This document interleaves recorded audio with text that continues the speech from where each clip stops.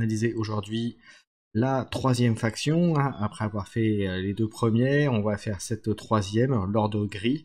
Il nous restera le fléau, les cartes rouges à analyser. Donc l'ordre gris, c'est bien sûr les cartes grises.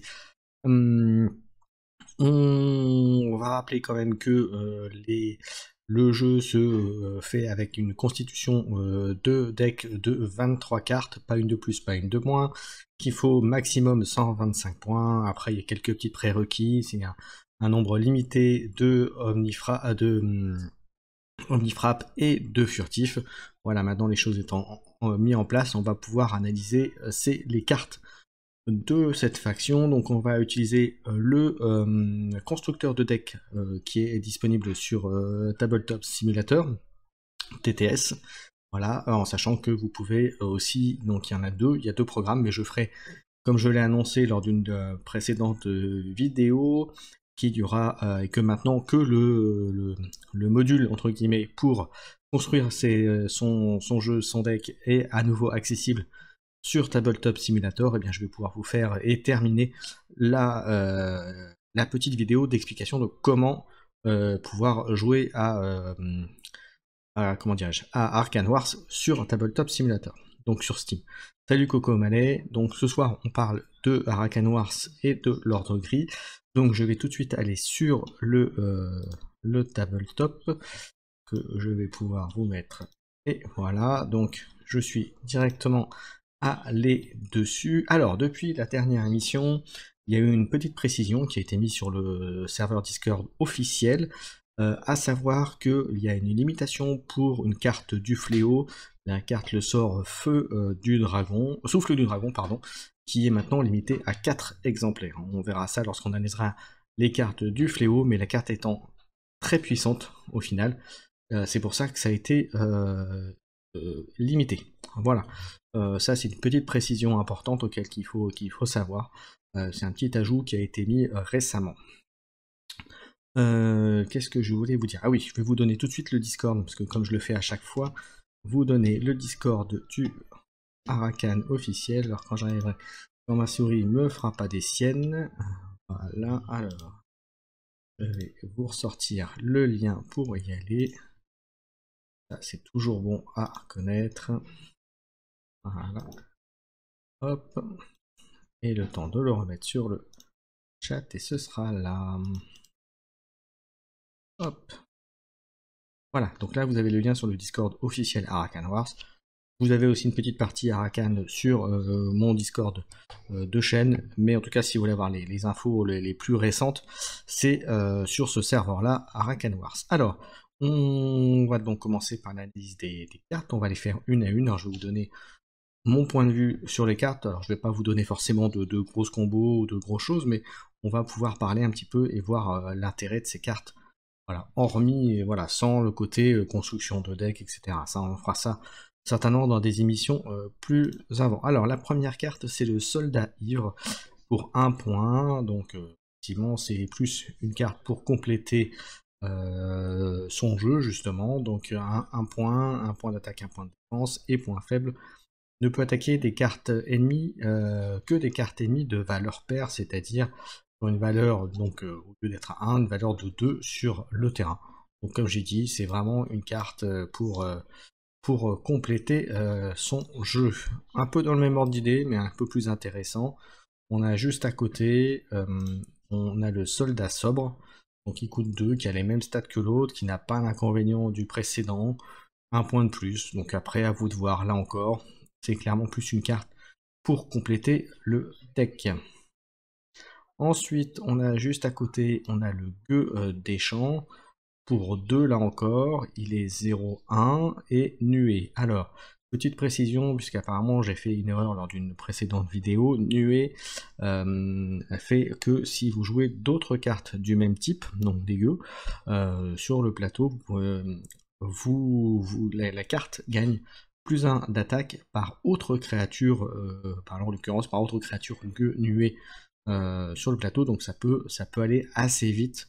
Maintenant, n'oubliez pas que en termes de jeu, vous ne posez que 2 cartes par tour.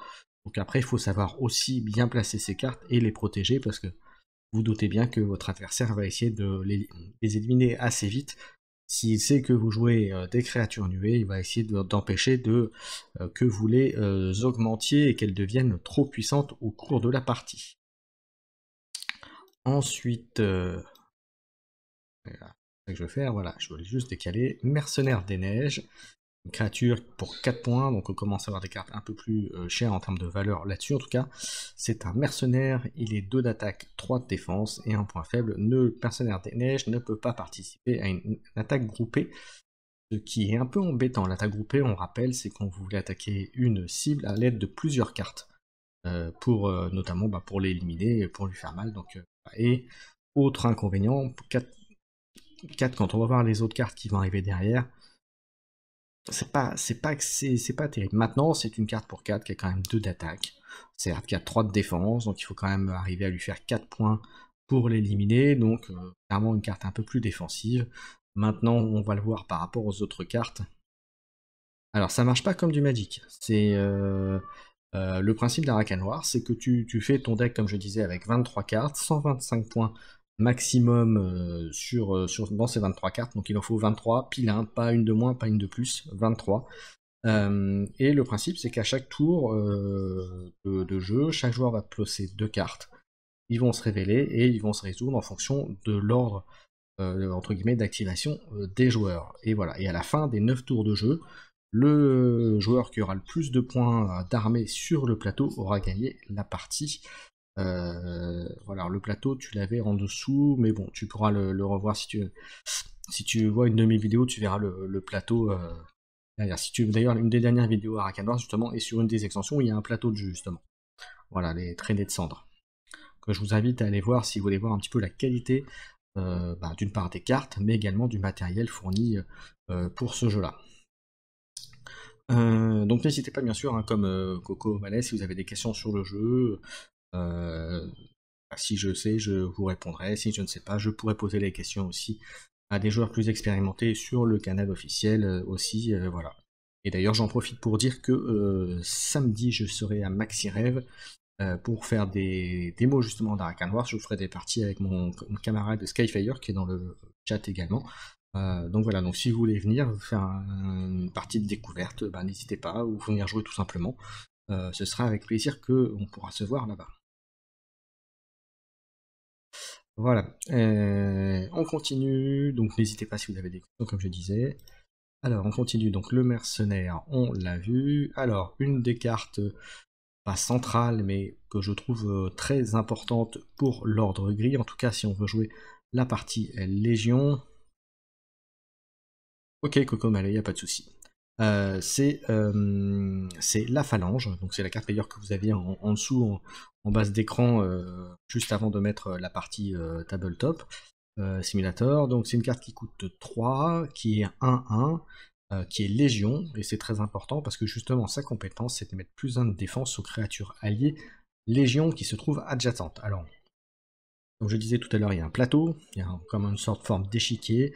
Les bonus, et dans le jeu, tout marche que horizontalement ou verticalement, il n'y a pas de notion de diagonale. Voilà, pour être carré, donc une carte qui pour 3 n'est vraiment pas chère du tout, et puis si vous mettez des cartes Légion dedans, et ben vous leur mettrez plus 1 de défense. Donc ça peut aller très vite, et ça peut très vite renforcer aussi les cartes Légion qu'il y a autour de ça.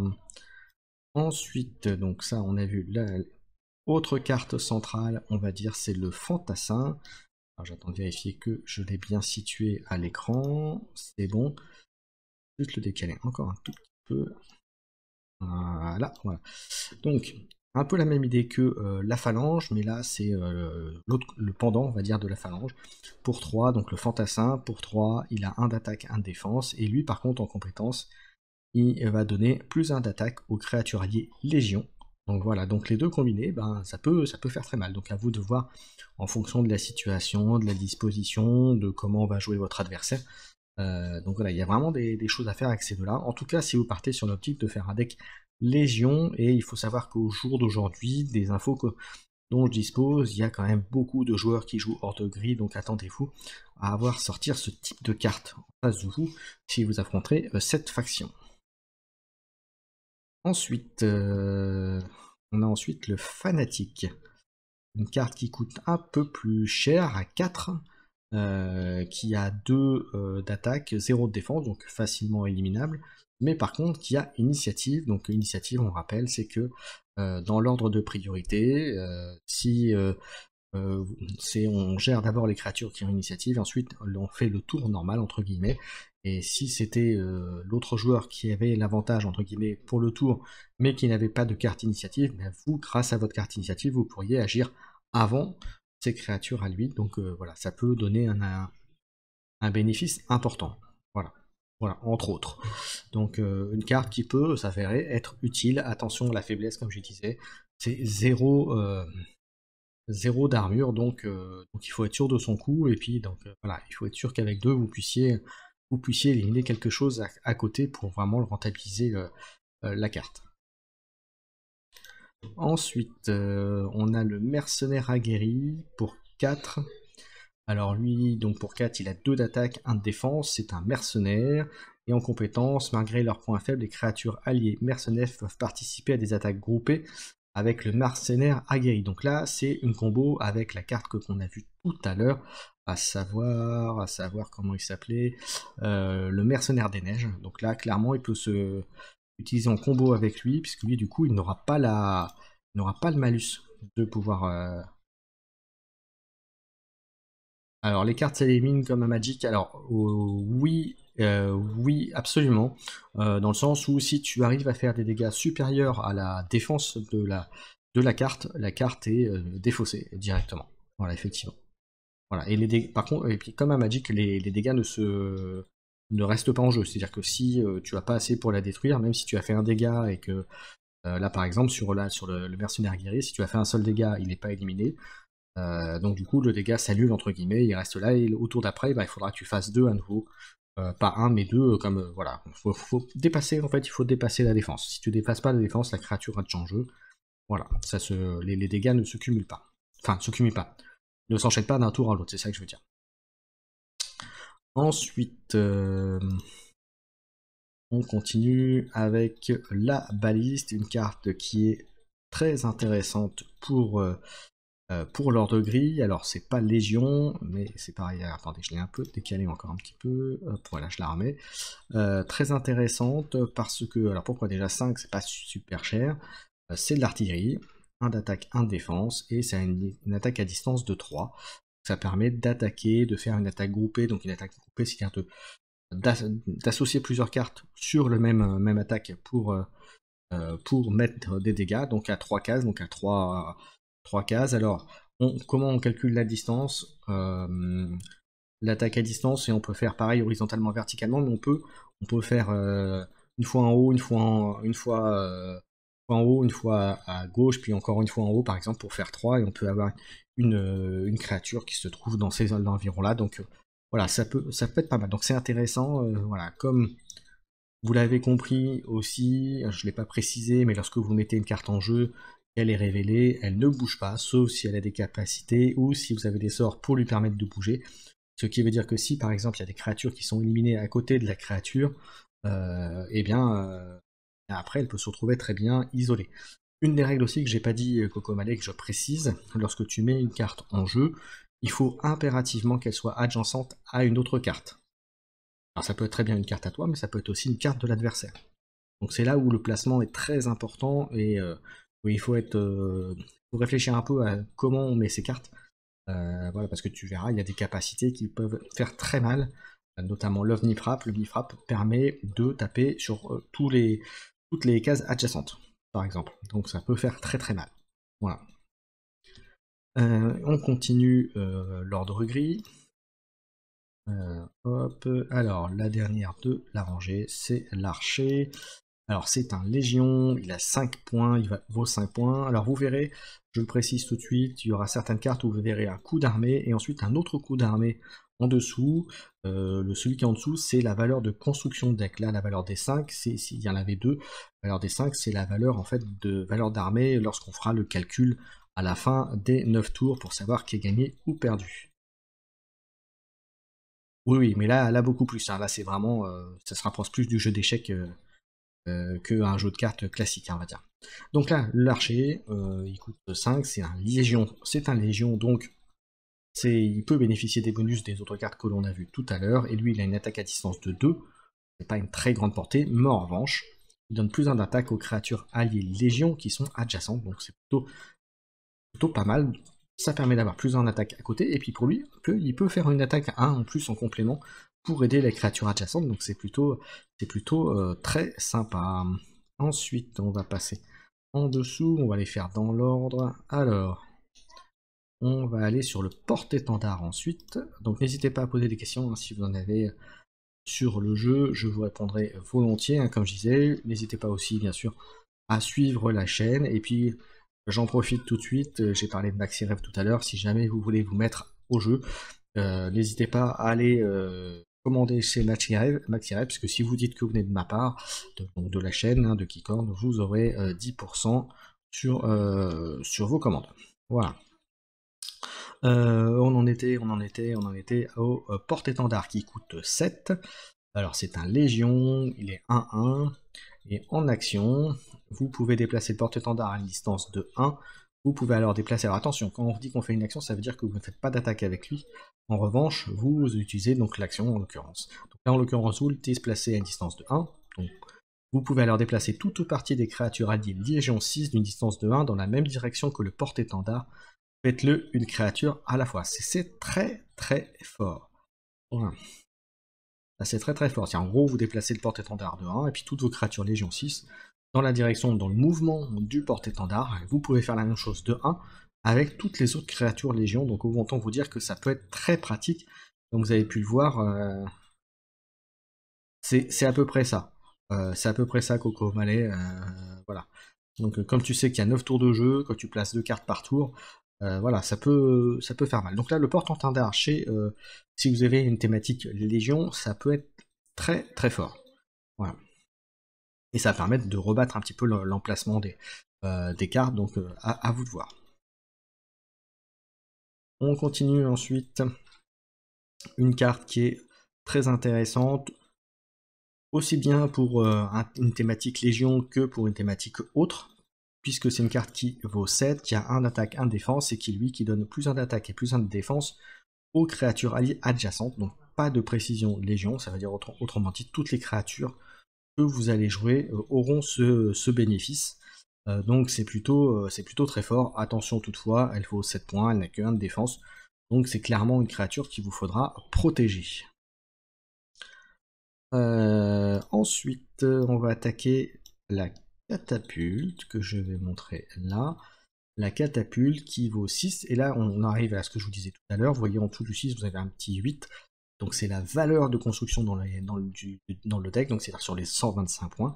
Alors, pourquoi c'est un peu plus cher? Parce que c'est une carte qui est quand même très forte, parce qu'il a 2 d'attaque, qui est déjà bien pour une créature de ce coup-là, 1 de défense, l'artillerie, et puis surtout il attaque à distance. Donc ça veut dire qu'il a une zone d'effet qui est plutôt pas mal, et sans vraiment de contre-coup, à part effectivement le coût de construction dans le deck. Mais ça, honnêtement, 23 cartes, 125 points, avec des coups comme ça, il faut faire attention, ça part très très vite. Donc il faut vraiment réfléchir à ce que vous mettez dedans.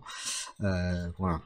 Skyfire, si tu es encore là, je crois que tu peux confirmer que faut quand même réfléchir vraiment, voilà, il faut vraiment essayer de se mettre une thématique on en reparlera lors d'une vidéo spécifique pour une aide aux constructions de jeux. On continue avec le prêtre gris, qui lui est une... Alors je vérifie juste que je vous l'ai bien mis, c'est bon. Alors, voilà, prêtre gris, il vaut 8, c'est une carte légion, 1 d'attaque, 1 de défense, et en compétence, il est immunisé contre les sorts ennemis, ce qui est plutôt bien. Quand vous allez voir les sorts déjà même de la légion, vous allez voir qu'il y en a des sacrément intéressants, et surtout les créatures alliées légion adjacentes gagnent initiative, donc là c'est plutôt également très très fort. Attention toutefois, il n'a que 1 de défense et il coûte 8, donc il faut vraiment réfléchir à ce que vous mettez comme carte dans votre deck, dans votre jeu, pour optimiser ça. Donc voilà, comme vous pouvez voir, il y a quand même pas mal de petites variations, pas mal de petites idées que vous pouvez mettre en place. À vous de trouver qui vous plaira le plus en termes de jeu. On continue avec le missionnaire gris. Là encore, c'est une carte Légion. Il coûte 8, attention. Il a 2 d'attaque, 2 défense. Légion également. En compétence, immunisé contre les sorts ennemis, et les créatures alliées Légion adjacentes sont immunisées contre les sorts ennemis. Ça peut être très fort. Attention toutefois, je constate que les sorts ennemis sont... Bloquer les sorts ennemis, c'est très fort. Maintenant, c'est en général joué de manière assez situationnelle. Voilà. Après, c'est une créature quand même qui a 2, qui est Légion, donc il peut bénéficier des boosts, des augmentations des autres cartes que l'on a pu voir tout à l'heure, notamment de la phalange ou du fantassin. Voilà. Maintenant, je suis pas persuadé qu'il en faille plus que 1 voire 2 dans un deck grand maximum. Voilà, parce que pour 8 points, vous avez pu voir par exemple prêtre gris à côté, et à mon sens c'est un peu plus intéressant parce qu'il donne l'initiative. Attention, tout dépend, bien entendu, de votre style de jeu, de ce que vous voulez faire, et ainsi de suite. Maintenant, c'est vrai que les sorts, lorsqu'ils sont utilisés, ça peut être des game breakers, comme on dit, ça peut faire la différence. Maintenant, il n'y en a pas tant que ça dans les decks, mais en même temps, si ça vous arrive dessus, en général, ça peut faire très très mal. Et là, pour le coup, je peux vous parler en connaissance de cause. Ensuite, on continue avec une carte là aussi qui est centrale, d'ailleurs même que la créature suivante, le champion, qui lui coûte 8, donc cher, maintenant très très fort. Alors, le jeu est fini, c'est-à-dire que la boîte de base est sortie, c'est pas un jeu de cartes à collectionner, c'est un jeu de cartes avec des extensions, voilà, qui rajoutent des cartes supplémentaires. Donc là, à date, il y a eu la boîte de base, il y a eu 2 extensions, une première extension avec juste des cartes supplémentaires et des conditions de victoire. Alors, parce que ce que je n'ai pas dit aussi, c'est qu'il y a le mode de jeu duel classique, mais il y a aussi un mode de jeu en mettant des objectifs, des missions secrètes, notamment. Et notamment donc la deuxième extension, ils ont rajouté donc quelques cartes, un autre tapis de jeu, et des cartes aussi de terrain, des cartes que tu vas poser sur le terrain, justement sur le tapis de jeu, et qui vont avoir une influence sur les zones adjacentes à la carte. Par exemple, je crois que c'est marais. Je crois que marais, ça, je sais plus ce que ça fait exactement, mais je crois que ça bloque un élément. Je sais plus, je me souviens plus lequel, hein, pour être franc avec toi, mais ça modifie un petit peu le plateau de jeu, et donc ça modifie aussi la façon de jouer. Donc c'est plutôt sympathique. Voilà, donc là pour l'instant il y a eu 2 extensions, et il y en a une autre qui sort après-demain, normalement. Voilà, qui sera une extension de cartes comme la première extension. Voilà. Et d'ailleurs, ma dernière vidéo, où je vous ai fait l'unboxing et l'analyse de cette deuxième extension, justement, la traînée de cendres, si j'ai eu bonne mémoire. Voilà. Alors, il n'est pas dans les jeux de cartes, il faut voir dans les nouveautés, bon, mais normalement, tu dois le trouver. Voilà. Il en a reçu, voilà. Là, je peux le confirmer. Pour l'avoir eu au téléphone, il en a. Ça c'est sûr, et je l'ai vu aussi, puisque je sais qu'il m'a mis en partenaire sur Araken Wars, donc logiquement, tu devrais pouvoir trouver ça. Voilà, si tu as une difficulté, tu me dis, je t'enverrai le lien directement de la page MaxiRev. Alors, on en revient au champion, donc je disais, donc 2-2, compétences, plus un attaque, plus un de défense, aux créatures alliées Légion à côté. Ça c'est très très fort, alors même s'il coûte 8, alors c'est pas les 3 de la valeur des 3 qu'on a pu voir tout à l'heure, mais à 8, c'est bien plus 1 plus 1, si vous faites une thématique Légion, ça peut faire très très mal. Exactement, ça c'est la boîte de base. Donc voilà, donc une très bonne créature pour l'ordre gris, attention quand même, c'est 8 points de valeur de constitution d'armée. Une carte aussi qui est très forte si vous arrivez à bien la jouer, c'est le cavalier gris. Alors comme vous pouvez voir, il a 7... Ah puis bien sûr si je fais pas ce qu'il faut. Hop. Alors hop, je reviens dessus. Voilà, je l'ai remis. Alors est-ce qu'on le voit bien? Parce que du coup j'ai fait petite fausse manip comme qui dirait. Oui on voit encore, ça va, c'est le principal. Hop. Voilà, ça c'est bon. Alors, il est 7.1, il a 9 de valeur de construction de deck, il a 2 d'attaque, 2 de défense, et le point fort et sa capacité c'est mouvement 2, ça veut dire que quand vous allez l'activer, il peut se déplacer de 2 cases et puis faire une attaque, voire une attaque groupée avec une autre créature, donc ce qui fait que c'est plutôt très très fort. Le mouvement dans ce jeu est très fort De même qu'une autre capacité dont j'ai pas parlé jusqu'à présent, c'est le vol, puisque le vol, quand vous activez, vous pouvez déplacer votre créature n'importe où sur le plateau, bien sûr en respectant toujours, pareil pour le mouvement, le fait que vous arriviez systématiquement adjacent à une autre carte. Donc voilà, ça il faut le savoir. Donc le cavalier gris pour 7 points. Vous avez du mouvement, ça peut être pas mal. Attention, toutefois, il n'est pas légion. Donc voilà, à regarder avec soin lorsque vous faites votre jeu. Ensuite, on passe avec la Nemesio. Une carte que toutes les factions ont, qui coûte 2 mais 9 en valeur de construction deck. Alors vous voyez sur cette carte, vous avez un petit L, ça veut dire qu'il est légendaire. Et ça veut dire aussi que dans la construction de votre jeu, vous ne pouvez en mettre un seul avec ce nom-là. Voilà, avec le nom Nemesio.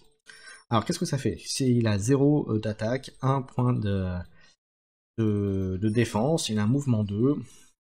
Et ce qui est plutôt très fort, compétent, c'est qu'il peut attaquer après avoir fait son action. Et vous allez voir l'action pas piquer de bâton, comme on dit. Vous détruisez une créature alliée d'une valeur supérieure ou égale à 3. Nemesio prend alors la caractéristique d'une créature, les caractéristiques d'une créature sur le champ de bataille pour la durée du round. Ça peut être très très fort.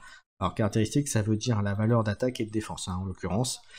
Mais ça peut faire très très mal si votre adversaire ou vous-même avez posé une grosse créature en jeu. Ça peut faire la différence, donc notamment comme je disais tout à l'heure avec les capacités Omnifrappe, vous avez moyen de faire quelque chose d'intéressant. Alors il faut savoir que, alors pour répondre à ta question Coco Malé, il faut savoir que dans la boîte de base, tu as déjà pour chaque faction un deck préconstruit et puis des cartes supplémentaires. Donc un deck préconstruit, ça veut dire 23 cartes et effectivement 125 points pour le jouer. Voilà. Donc tu as de quoi débuter sans problème avec la boîte de base. Voilà. Et tu as quelques cartes en plus qui te permettent de modifier un petit peu tout ça à l'intérieur. Donc non, il y a de quoi faire et c'est bien fait en plus. Donc c'est une bonne manière de se mettre au jeu et de découvrir avec les decks de base. Skyfire pourra le confirmer d'ailleurs, mais... Ensuite, on va attaquer la carte suivante avec la tourelle d'attaque. Alors, si je vous dis pas de bêtises, il me semble que c'est la carte qui est dans la deuxième extension. Non, c'est pas celle-là. C'est pas celle-là, je vous dis une bêtise. Je vais dire une bêtise. Voilà, bon, bref. Donc les decks sont déjà bien. Alors celle-là, vous voyez, cette carte-là est aussi très forte. Elle vaut que 10 points et elle a 4 d'attaque, 1 de défense. Et elle a une capacité qui est perforation. Alors qu'est-ce que c'est que perforation? Perforation, c'est que vous choisissez lorsque vous avez attaqué un axe. En haut, en bas, à droite, gauche. Et sur toute la ligne, elle va faire 4 dommages. Donc par exemple, si elle devait attaquer, là, on en parlera après, mais le héros de la bataille qui est juste à côté, alors je sais pas si vous le voyez d'ailleurs, hop, je vais vérifier ça à l'écran. Oui, on le voit. Je vais juste décaler un tout petit peu pour que vous voyez. Hop. Voilà. Voilà, il le ferait, que vous puissiez voir, voilà, il fait 4, il fait 4 de dégâts à la case à côté, et ensuite, s'il tue la créature, ça continue sur la suivante, mais par contre, il perd 1 de puissance. Là à côté, il y a l'assassin, on en reparlera tout à l'heure, qui a que 1. Donc là, par exemple, s'il tapait à droite, il aurait pu éliminer les 2 créatures. Voilà, donc ça, c'est plutôt faire. Et puis après, il y a quelques petites règles supplémentaires, mais globalement, c'est assez simple à comprendre. Voilà, c'est un jeu, il faut jouer 1 ou 2 parties, même une seule, pour vraiment se mettre dedans. Et puis après, voilà, c'est un jeu qui est facile à jouer, mais qui est dur à maîtriser, comme on dit dans le jargon jeu de cartes. Voilà. Donc on a parlé de la tourelle d'attaque, qui est bien placée peut faire très mal, surtout que, comme je disais, il y a perforation, et bien placée aussi, ça peut surprendre votre adversaire, et puis, alors la perforation, ça ne peut pas faire d'attaque groupée, hormis sur la carte qui est, sur les cartes qui sont, sur la carte qui est adjacente à la carte qui a perforation, pour votre info. Ok, si tu veux, bah tu me diras, Coco. Ensuite, on va passer au héros de la bataille. Alors, attendez, je le repositionne. Voilà. Au héros de la bataille de Nets, qui a 10 points, 12 de valeur de construction de deck, 2 d'attaque, 3 de défense. Il donne plus 1 de défense aux créatures alliées adjacentes. Donc là, c'est très bien. C'est pas une carte Légion, donc ça donne un bonus de défense à toutes les cartes Légion. Attention, même s'il a 3 de défense, c'est quand même une carte qui vaut 12 en termes de construction de deck. Donc, à vous de voir si vous voulez l'utiliser ou pas. Ensuite, on va passer à la carte qui est à côté, c'est-à-dire à l'assassin.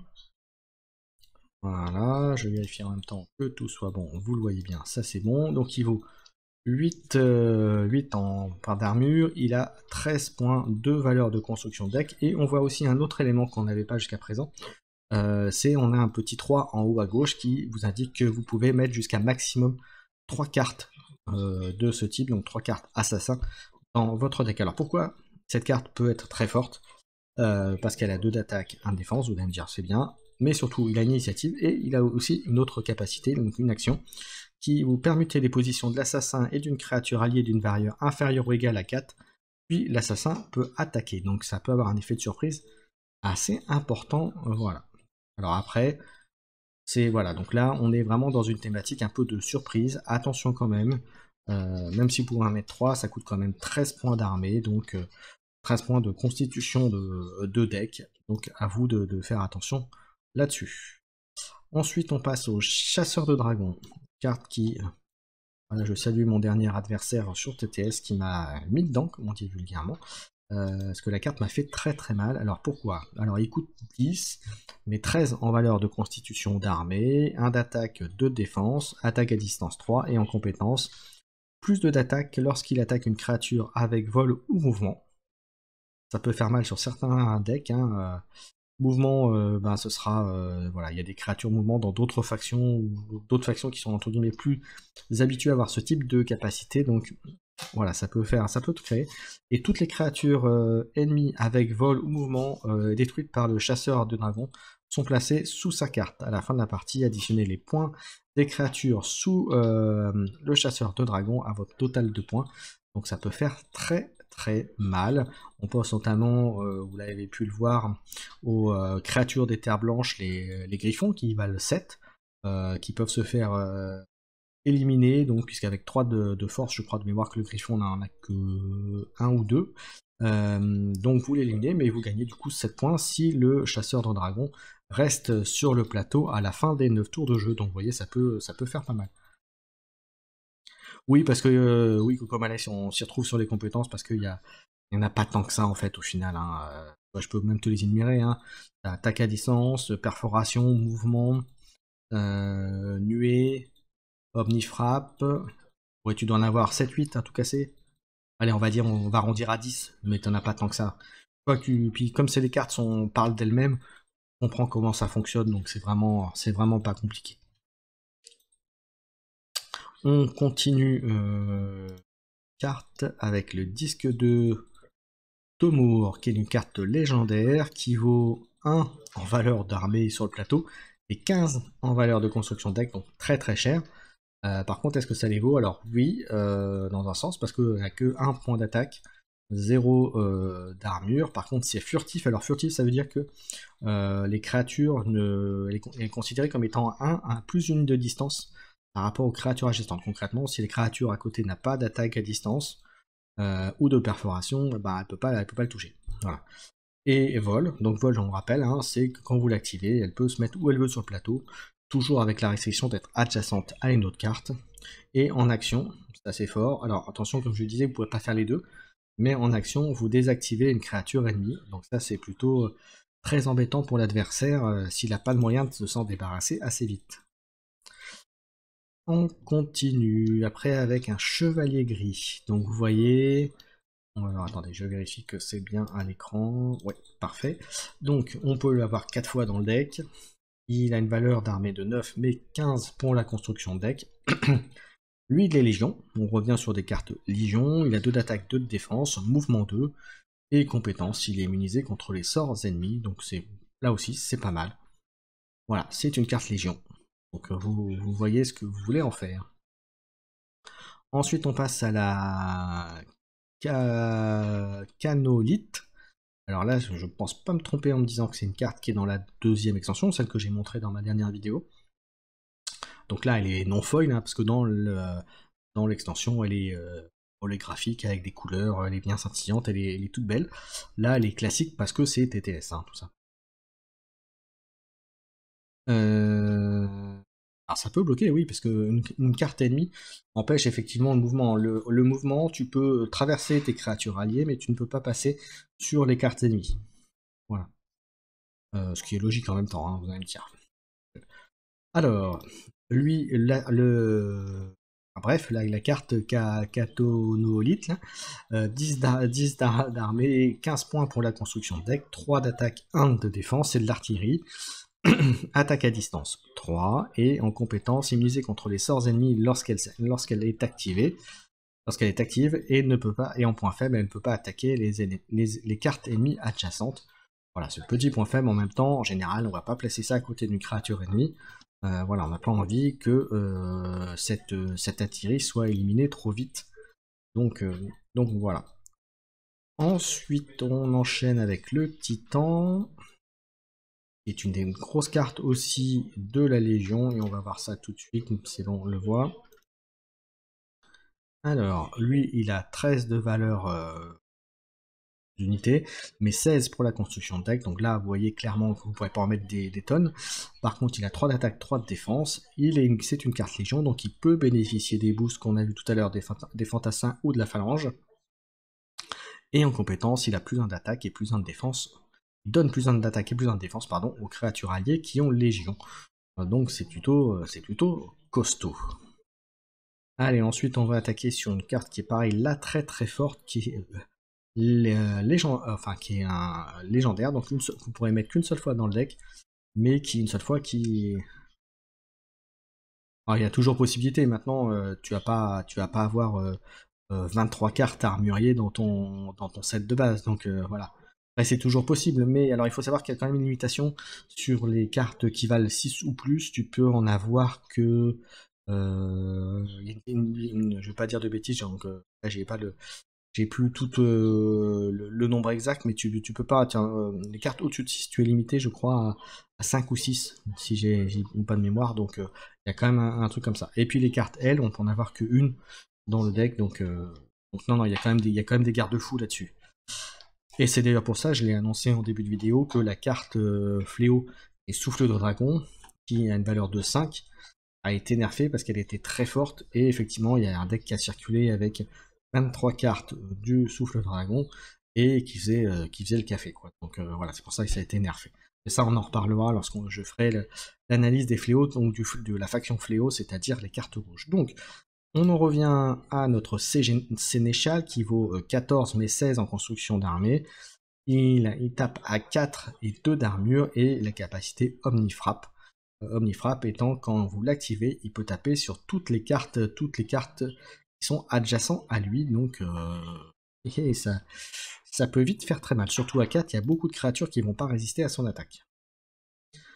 Donc ça on a vu, donc ça je crois qu'on va arriver d'ailleurs. Alors on a fini les sorts, on va attaquer maintenant les lieux qui sont tous légendaires. Alors les lieux, qu'est-ce que c'est que les lieux? C'est une carte que vous posez et qui, à la différence des créatures ou même des sorts, ne disparaît pas à la fin du tour, dans le sens où c'est celui qui le contrôle qui bénéficie de ces bonus. Donc si jamais quelqu'un arrive à lui faire, là en l'occurrence sur le maître d'Arakam qui coûte 10, qui a une valeur de 10, qui arrive à faire 5 dégâts sur le maître d'Arakam, prend possession du maître d'Arakam et permet d'octroyer tout de suite les bénéfices aux unités qu'il contrôle adjacentes au maître d'Arakam. Donc lui, maître d'Arakam, qu'est-ce que ça fait? Ça fait en bénéfice plus 1 défense aux créatures alliées adjacentes. À la fin de la partie, ajoutez à votre score total les valeurs des créatures ennemies adjacentes au maître d'Arakam, mais également aux créatures alliées adjacentes à maître d'Arakam.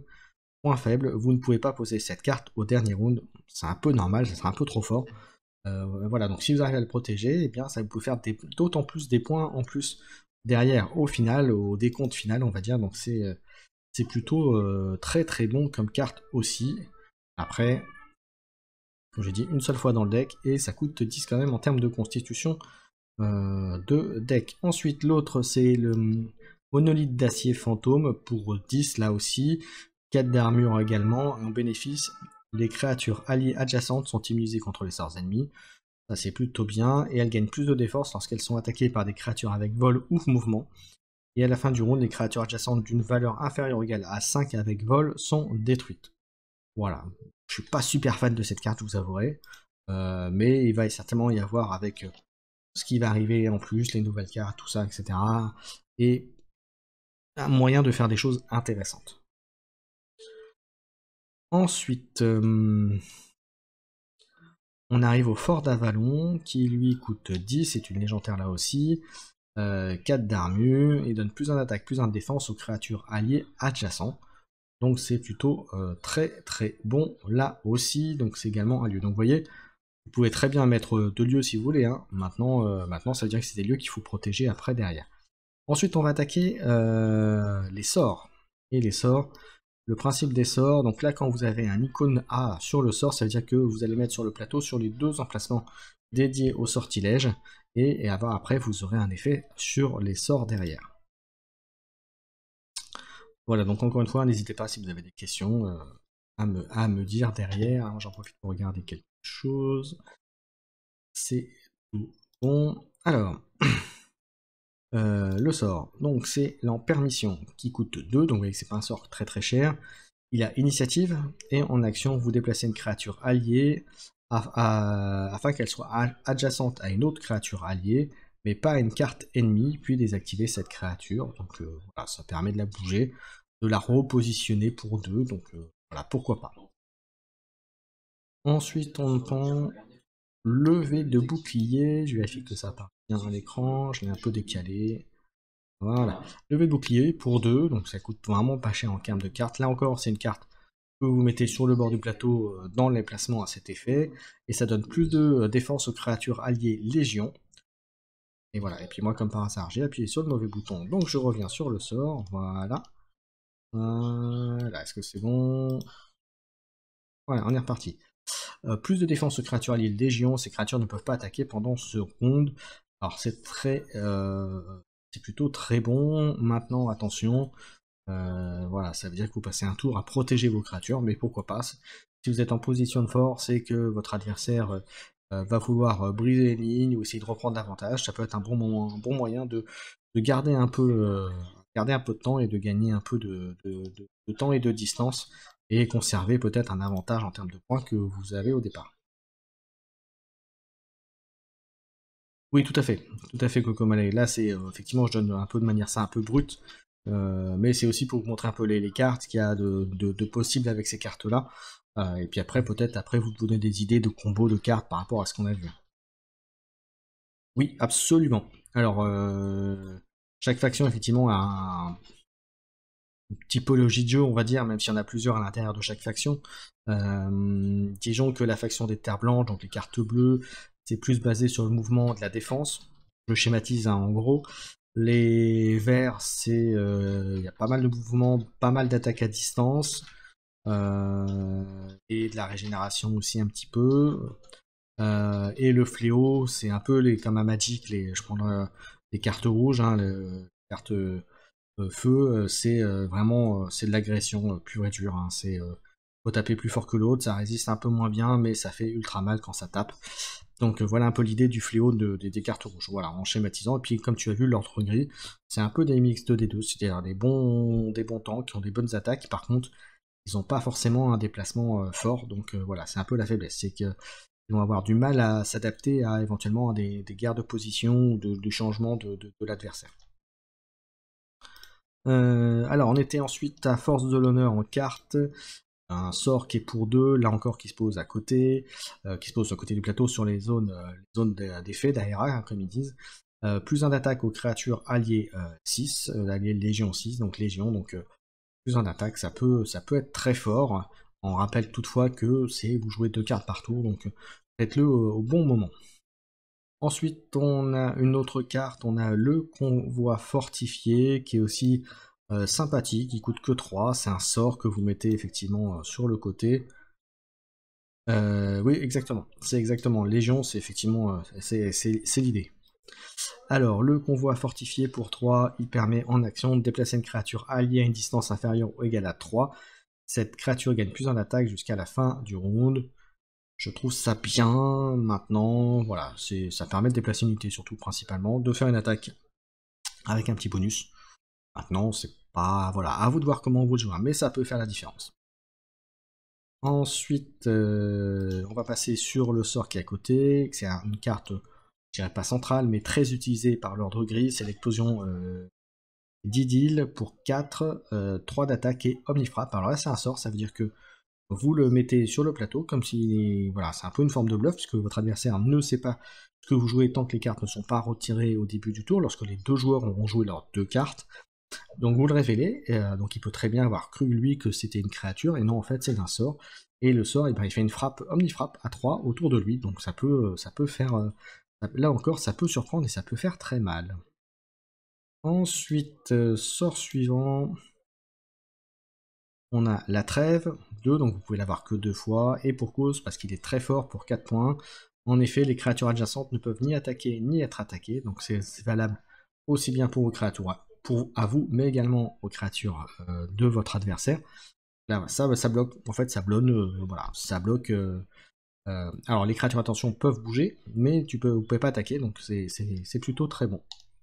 Ensuite, carte aussi qui est très très forte, enfin, en tout cas que moi je trouve très forte chez l'ordre gris, c'est Ordre de marche pour 6, c'est donc un sort ARA, donc vous le mettez sur le côté, sur les cases à cet effet, donc en action, déplacez toute partie des créatures alliées Légion, à une distance inférieure ou égale à 2, déplacez-les une à une, donc là aussi, ça permet de réorganiser ces légions, et ça c'est très fort, comme je disais, la Légion notamment ne dispose pas de mouvement spécifique, voilà, donc là c'est un des moyens de repositionner, de remettre un peu ces cartes un peu comme on le souhaite, pour contrer votre adversaire, votre partenaire de jeu.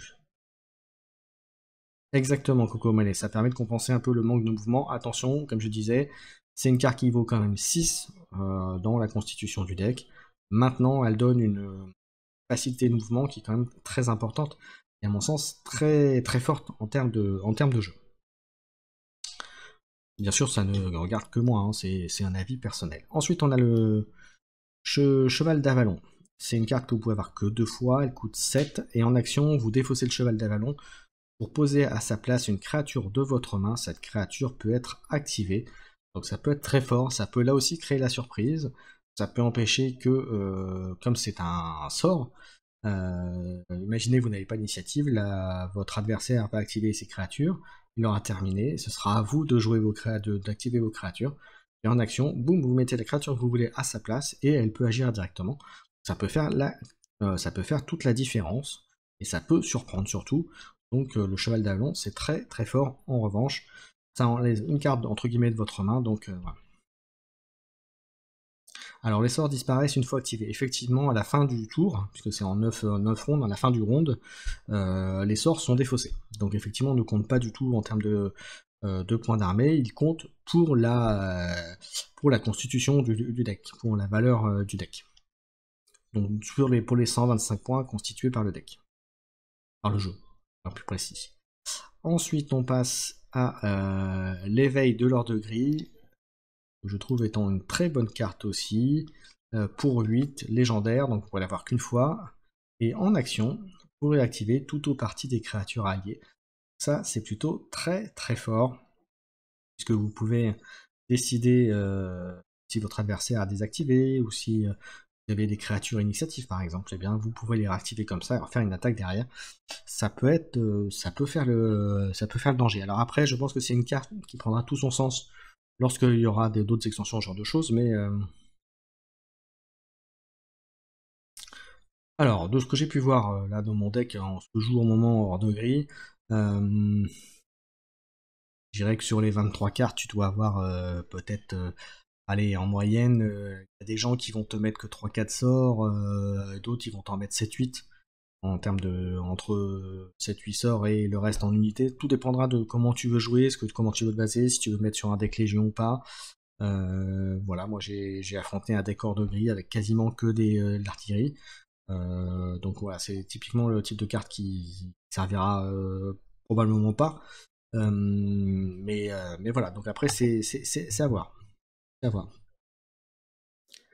Exactement, ça dépend vraiment déjà de ce que tu as en termes de cartes.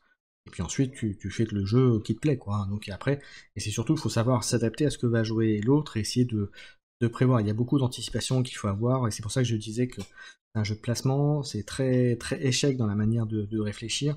Voilà. Et même j'ai envie de te dire, si tu joues un petit peu à des jeux de figurines, bah, tu as un peu cette notion de placement, de savoir comment où te mettre pour essayer d'être le plus efficace. Mais voilà, mais c'est après, ce n'est que mon avis personnel, bien sûr, hein, sur le sujet. Mais très intéressant en tout cas en termes de jeu, ça je. Voilà. Et ensuite, on a Renfort, donc qui est un zone qui coûte 9. Alors je vérifie juste que ce soit bon à l'écran, c'est bon. Toc, voilà. Donc, 9 points, et en action, posez jusqu'à 2 créatures alliées légion de votre main, et en chacune une valeur inférieure ou égale à 8. Ces créatures doivent être adjacentes à une créature alliée légion, et ne doivent pas être adjacentes à une créature ennemie. Ces créatures peuvent être activées. Donc ça peut être très fort, bah, notamment, vous faites ça, vous mettez 2 cartes, moi je sais pas moi, le fantassin pour donner à côté d'une créature qui va en attaquer une autre, une créature ennemie.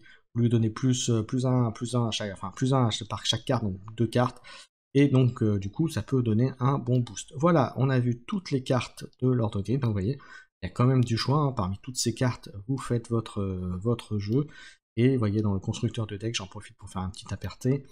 Vous voyez, vous avez la petite calculette, et puis pour le nombre de cartes, enfin moi c'est comme ça que je l'utilise, pour faire mes decks, et puis après donc on passera à la fléau une autre fois. Donc vous voyez, là aussi il y a pas mal de choses. Là je te montre là vite fait les Naka, et là les terres blanches qui sont là. Thématique glace un petit peu, voilà, en termes de jeu. Voilà, voilà, je vous ai tout montré en ce qui concerne l'ordre gris, en sachant que là, toutes les cartes que je vous ai montrées, ça comprend les 2 premières extensions, mais également la 3e qui va arriver bientôt. Voilà, donc vous verrez ça. Donc voilà, il y a vraiment de quoi faire. Et puis bah, si vous avez TTS, n'hésitez pas à vous mettre dessus. Les 2 modules sont disponibles, aussi bien le constructeur que le module pour jouer. Donc vraiment très très bon.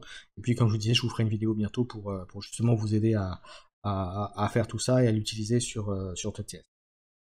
Voilà, j'en ai terminé, donc j'attends encore quelques instants. Si vous avez des questions à poser, n'hésitez pas. Et puis sinon, bah, on en a à peu près terminé pour cette application de jeu. Donc voilà, donc Coco Malais, effectivement, on va faire des parties. Là, ce week-end à Maxi Rêve, je pense qu'avec Sky, on sera 2-3 parties que je vais enregistrer certainement pour pouvoir vous montrer tout ça. Et puis voilà. Donc, prochaine faction analysée, ce sera celle qui manque, la 4e, ce sera donc le fléau, donc les cartes rouges. Et puis vous aurez probablement aussi les vidéos de partie qui vont arriver là derrière. Et je voulais dire quelque chose, mais j'ai oublié. Bah, je t'en prie, Coco. Donc merci à tous ceux qui sont passés dans le chat, dans Skyfire, Coco Malais bien sûr. Tous ceux qui sont même passés très très brièvement, n'hésitez pas bien sûr à commenter, à liker sur la vidéo YouTube quand elle sera arrivée. Donc je vais certainement enlever 2-3 trucs au début et puis certainement couper un petit peu à la fin aussi, hein. Il n'y a pas besoin de tout mettre non plus. Mais en tout cas, voilà, j'espère que cette vidéo vous servira, vous donnera envie de peut-être de jouer Lord of the Game, même s'il y a déjà beaucoup de joueurs de Lord of the Game, en tout cas de vous mettre au jeu. Un Carré Noir, c'est vraiment un jeu très très sympathique. Puis petite chose aussi que je ne t'avais pas dit, mais c'est un jeu qui est français. Donc voilà, ça il faut savoir, un petit cocorico, il faut savoir le dire aussi. Voilà, et puis les gens de Arcane Wars, l'équipe d'Arcane Wars est très active, et sachez que vous allez avoir beaucoup d'événements et plein de choses qui vont arriver prochainement un peu partout en France, donc ça se prépare tranquillement. Voilà, il y a des choses que je peux pas dire là tout de suite, mais sachez qu'en tout cas, ça arrive, ça se prépare. Il y a des choses dans les tuyaux, donc vous risquez d'en entendre parler du jeu très vite, très, très rapidement. Il y a déjà des tournois qui sont annoncés un peu partout. Enfin voilà, voilà, en tout cas c'est très très actif, voilà, et même les créateurs sont très actifs. On verra ça, mon cher Coco, mais bah, j'espère pas comme le jeu de figurines, hein. Voilà, mais en tout cas un jeu qui pour l'instant, à mon sens, démarre très bien. Il y a une bonne communication, ça s'organise bien, en tout cas on sent que les créateurs sont des passionnés, suivent leur jeu et font tout en tout cas pour que ça marche du mieux possible. Donc ça en tout cas. Et puis avec un jeu comme ça, voilà, il n'y a pas de raison que ça ne marche pas en tout cas. Voilà, j'en ai terminé. Je vous souhaite à tous une bonne soirée. Et effectivement, il n'est pas très cher, hein, le prix La boîte, c'est une cinquantaine d'euros, je crois, la boîte de base, si je ne vais pas dire de bêtises. Les deux, la première extension, c'est 25 euros. La deuxième, elle est à 35. Et la troisième qui devrait sortir devrait être comme la première à peu près aux euros de 25 euros, quelque chose comme ça. Voilà, donc c'est vraiment. Et puis on a tout pour jouer, hein. Alors après, il est toujours possible, comme je disais, toujours possible de rajouter une extension ou une boîte de base si on veut avoir un peu plus de cartes, un pool de cartes un peu plus fort pour si on veut faire des multis d'une carte que on n'a pas forcément. Mais au-delà de ça, il y a déjà largement de quoi jouer, il y a déjà largement de quoi faire des decks compétitifs pour ça. Voilà, j'en ai terminé. Eh bien, je vous donne rendez-vous samedi avec Skyfire chez Maxi si vous voulez venir et faire une partie d'Arakan Wars avec nous. Et puis sinon, on se retrouve en live très bientôt sur la chaîne et puis sur YouTube également. Voilà, je vous souhaite à tous une bonne soirée. Alors, le temps de mettre tout ça en place. Bonne soirée à tous, merci d'être passés. Ciao, ciao.